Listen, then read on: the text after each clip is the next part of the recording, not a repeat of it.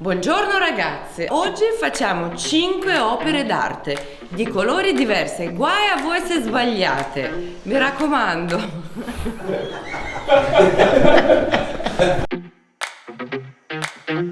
Che figata, che bello, mamma mia.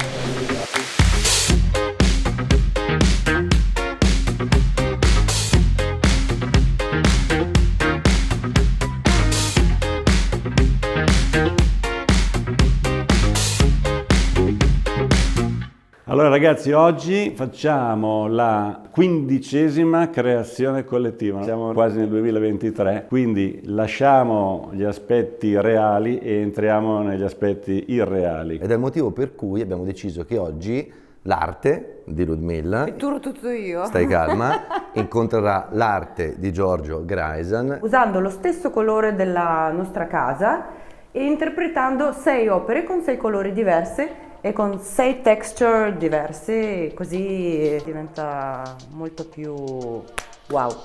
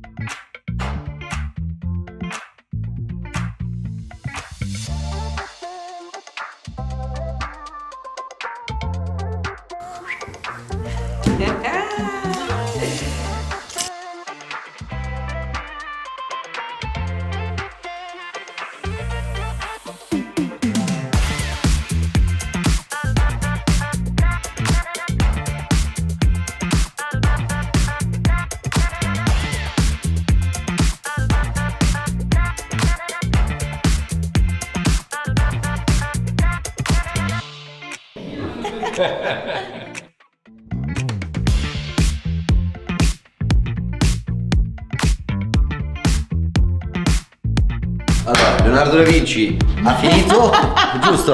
Ragazzi, ognuno di voi in teoria se la dovrebbe portare a casa. Dove lo metti tu? Camera da letto. Allora, make love, no, to Ma war. ci può anche dormire. Giallo dove va? Nel camino, vicino al camino. No, nel camino. Baffetto? Baffetto li mette vicino agli strumenti musicali in sala. Ah, È stato figo lavorare sulle superfici diverse, per me è stata un'esperienza per praticare altre texture con i materiali di Giorgio Grayson.